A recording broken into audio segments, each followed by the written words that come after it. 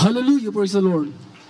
Ang pinamataas na pagpupuri, pagluluwalhati at pagsamba ay para sa ating pinakamahal Panginoong Hesus po lamang. At dobleng pag-aalang po sa pagrespeto at patuloy na pag-alala sa mga ginintuang turo at aral ng ating dearly beloved and honorable Pastor Wildy Almeida at ganun po sa ating beloved and honorable Assistant Pastor Lina C. Almeida. Ganun din pa nagpababot ng pagbati sa lahat po ng the whole Almeida family. Praise the Lord po.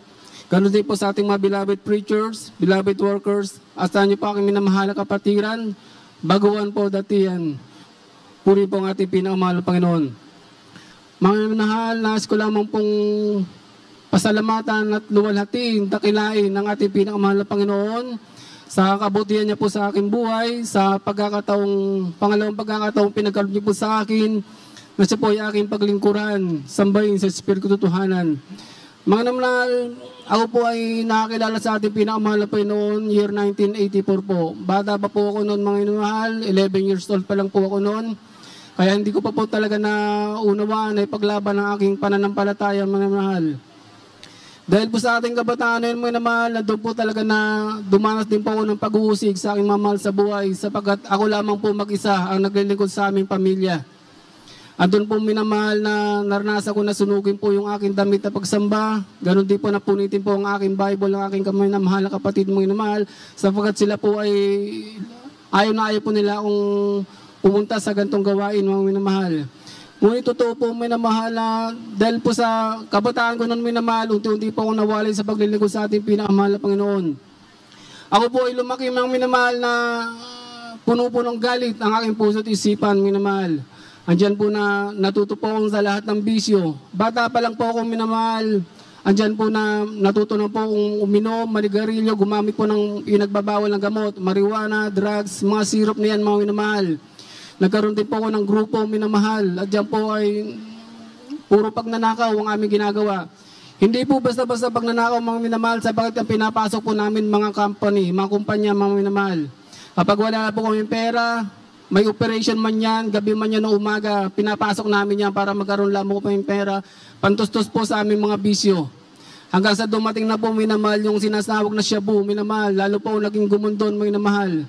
Naging puser po ako ng ano niyan, minamahal, nagtulak po ako niyan para pumita po ng pera. At dahil po minamahal, so wala pong hanap buhay. Nasangkot na rin po kami sa mga hold-upan, minamahal, dahil malaki po, minamahal, perang kailangan namin para po makabili kami ng shabu, minamahal. Totoo po na walang kapayapaan, puro kagaluhan. Ang inabot na aking buhay ng opo ay nawalay sa paglilingkod sa ating dakilang Diyos. Andiyan po minamahal, nasangkot po ako sa napakaraming away, minamahal. Ilang beses rin po ako napasok ng kulungan. Sa ospital, minamahal, minsan sinusugod ako sa ospital, may tama po ako ng bala. Minsan sa ospital na po ako nagkakamalay, minamahal. At doon po na basag po yung ulo ko, hinampas po ako ng bato, minamahal, sumusuka po ako ng kulay itim na dugo. Dahil po minamahal sa naano po yung utak ko, minamahal. Pero totoo po minamahal na sa kabila po ng lahat ng yan, hindi po ako pinabayaan ng ating pinakamahal na Panginoon. Binigyan pa rin po ako ng ating pinakamahal na Panginoon ng pagkakataon na siya po yung aking muling paglingkuran, sampahin sa Espiritu Tutuhanan, minamahal.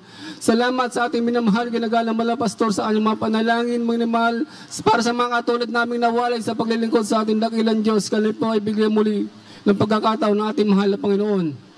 May mga tunay po mga mahal na gulong-gulong na rin po ang buhay ko ng mga panahon na yan. Sapagkat ako po hindi na po nakakalakad ng mag-isa sa lansangan muna sa dami po ng aking kaaway, minamahal. Minsan isang gabi minamahal ako yung naluluhan na lamang minamahal. Naiisip ko bakit nangyari sa akin yung mga bagay nito. Totoo minamahal na ako'y kinhabagan natin dakilang Diyos. Sapagkat isang araw, dumating po ang aking minamahal na pinsan, sinabi niya sa akin, bakit hindi ka magbalik loob sa ating pinamahal na Panginoon?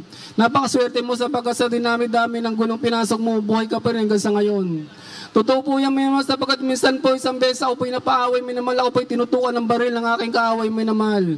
Totoo po, minamahal, halos isang agwat lamang ang dipa niya sa akin, minamahal. Hindi po siya tumakbo, sapagkat yung meron pala siyang baril na dala-dala. Nung tinutok po niya sa akin yan, minamahal, yun na lang po, nakatingin na lamang ko sa bagay na yun. Nung kinalabit po niya na kinalabit, wala pong bala na lumabas, minamahal. Glory to God, hallelujah! Minamahal, sa isip ko, pag pumutok ang baril nito, yun ang huling bagay na makikita ko sapagkat sa mukha ko nakatutok yung baril, mga minamahal. Salamat sa pinamahal, Panginoon, sa panalangin ng ating mga propeta, mga minamahal. Isa po ko, hallelujah. Sa kinabagan ng ating dakilan, Diyos, minamahal. Ako po, minamahal, ay nagpakumbaba, nagbalik loob sa ating pinamahal na Panginoon. Ako po'y dumalo po muli sa lugar po na may kawayan, minamahal. At doon, mga minamahal, naranasan ko muli, minamahal, na tumulong aking mga luha sa pagpasok ko pa lamang sa gawain mo sa ating bahay pananambahan, minamahal. Bagapat ako'y nahihiya pa, minamahal, ako'y nakapwesto sa likod. Hindi ko mapigilan ang aking pagluha, minamahal. Damang-dama ko ang presensya ng ating pinamahal na Panginoon. Salamat sa ating pinamahal na Panginoon, minamahal, sa pagkakataong pinagkalob niya muli sa akin na siya ay aking muling paglingkuran, mga minamahal. Totoo po, minamahal, ako rin po'y pinagpala ng ating pinamahal na Panginoon. Sabagat ako rin po inaarating po ng lugar po ng Olonga po. Nag-volunteers din po ako dyan, minamahal. Nagpagamit po ako sa mahal po yun ng ilang taon, minamahal. Hanggang ako po ay magkaroon ng asawa. Ako po ay bumalik dito sa Maynila, minamahal. Doon, minamahal, napakaraming himala po ang pinakita sa akin ng ating dakilan Diyos. Sabagat nasama rin po ako sa mga Bible studies sa loob po ng kulungan. Andun po, minamahal, minsan ako ay naglalakad sa lugar po ng palengke ng Olonga po, meron po lumapit sa akin, sinabi sa akin, brother, kilala mo pa ba ako? Sabi ko, hindi.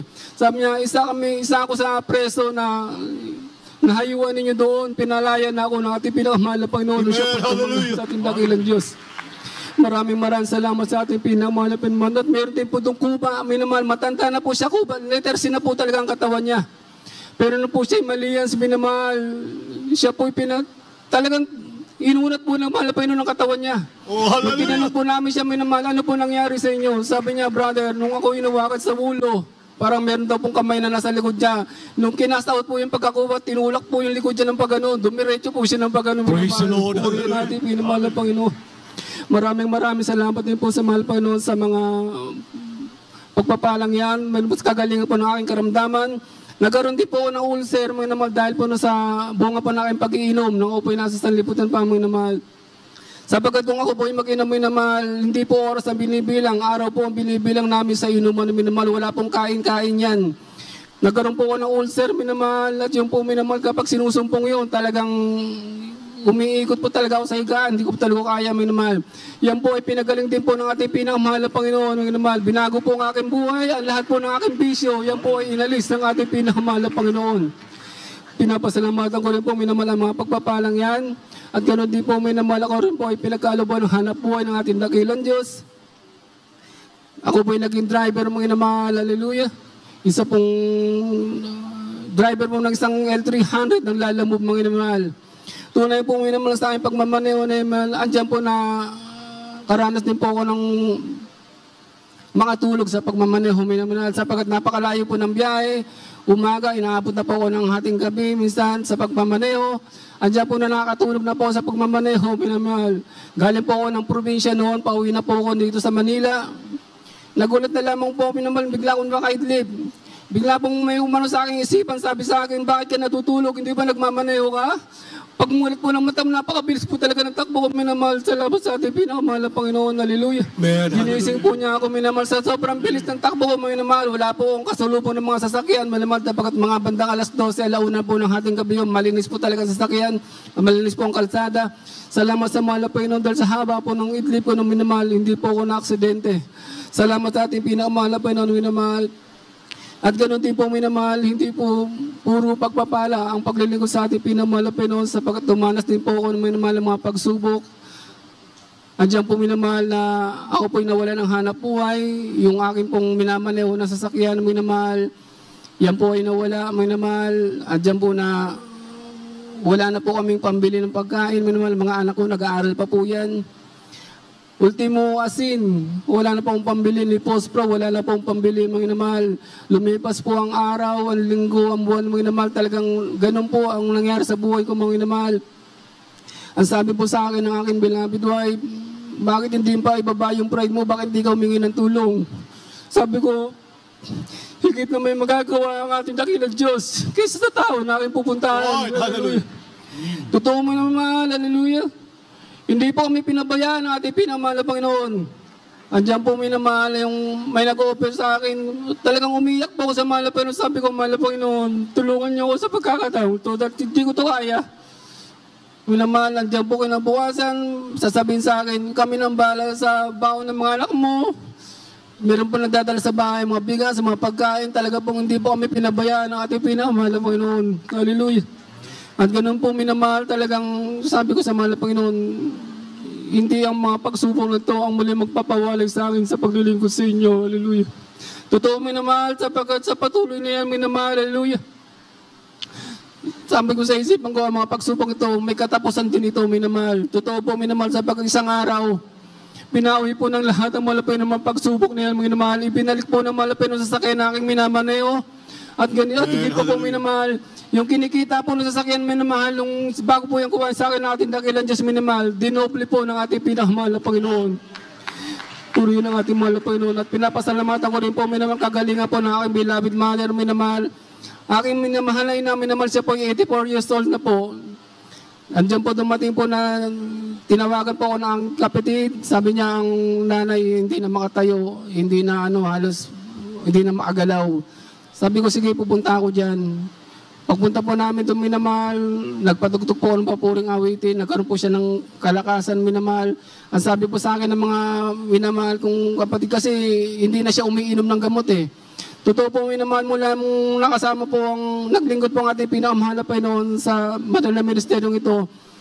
Nagme-maintenance, marami po siyang maintenance na mga gamot dahil sa kanyang pong katandaan. Pero lahat po yung tinigil niya. Pero kabagan po ng ating dakilang Diyos minamahal, hindi po siya inatake ng kahit anumang sakit mga naman, yung high blood, hindi po siya inatake minamahal, pagkos binigyan po siya ng kalakasan ng ating dakilang Diyos. Totoo po minamahal, yung time na yun na siya po yung nanghina, lupay pa yung kanyang katawan minamahal, tumawag po ako ng ating beloved preacher minamahal. At pagka-rest po sa kanya minamahal, para lamang po nagkunwari. Ang kanyang panghihina, siya po tinayo ng ating pinakamahal na Panginoon. Hallelujah. Puri ng ating pinakamahal na Panginoon minamahal.